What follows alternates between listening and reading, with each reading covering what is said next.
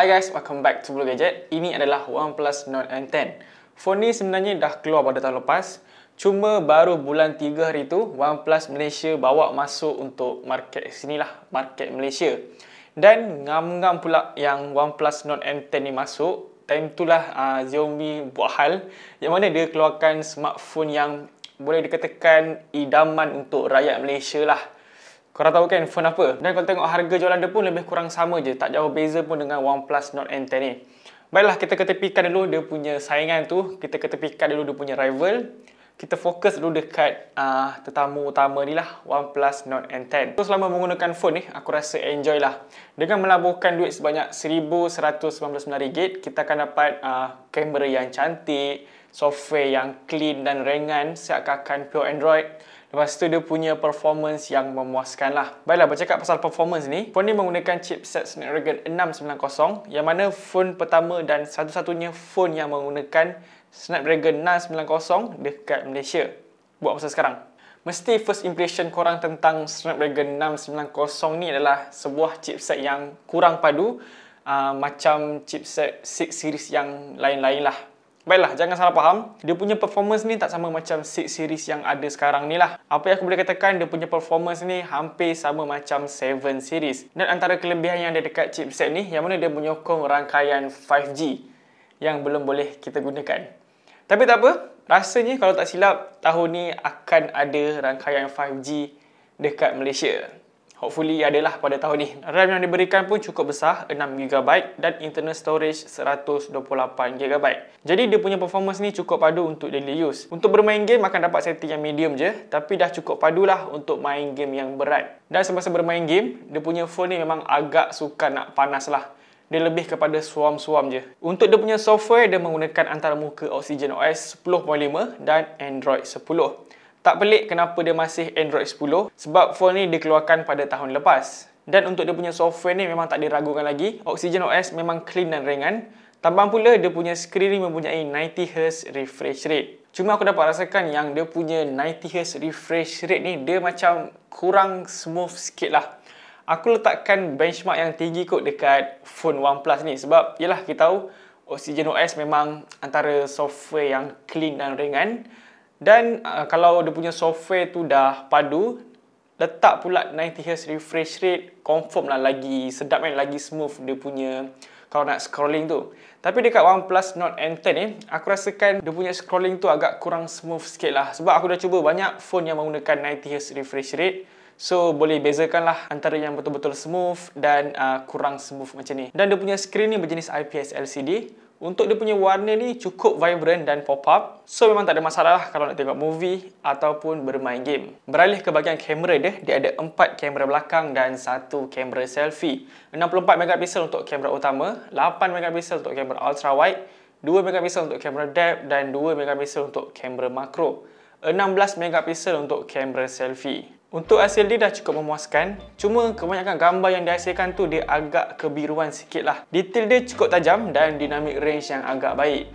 Untuk night mode dia sosok je. Dia sama je macam phone mid range yang lain. Gambar yang dihasilkan dekat phone ni dah cukup cantik dan jelas. Cuma kadang-kadang dia punya noise tu agak ketara jugalah.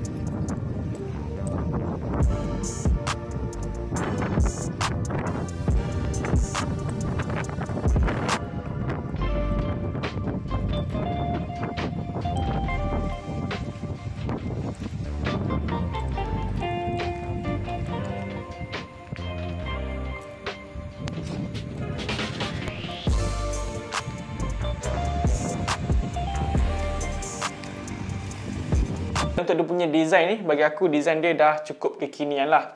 Walaupun back panel dia ni, dia terbuat daripada plastik, tapi masih terasa premium dan lebih ringan. Memang sedap lah untuk pegang sebelah tangan je. Button dia pun terasa compact, dia tak rasa macam phone yang murah lah. Cuma ada satu button yang OnePlus terlupa nak letak, iaitu silent button.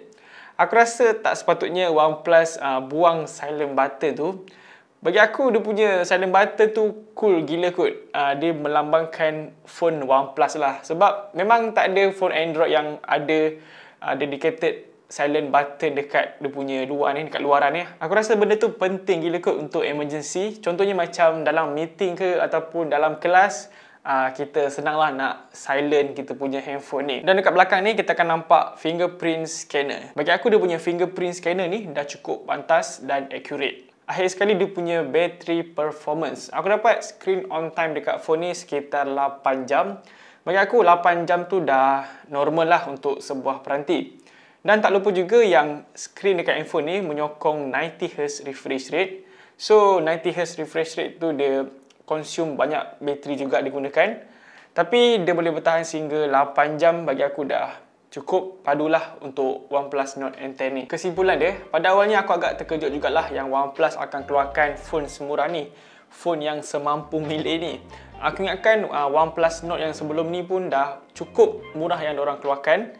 Cuma dengan tanda harga RM1,199 ni akan buatkan korang terfikir-fikirlah untuk beli OnePlus Nord N10 ni. Sebab kalau tengok dekat luar, dekat rival dia ke, banyak lagi yang menawarkan spek yang lebih tinggi, spek yang lebih menarik daripada OnePlus Nord N10 ni pada tanda harga yang seperti inilah.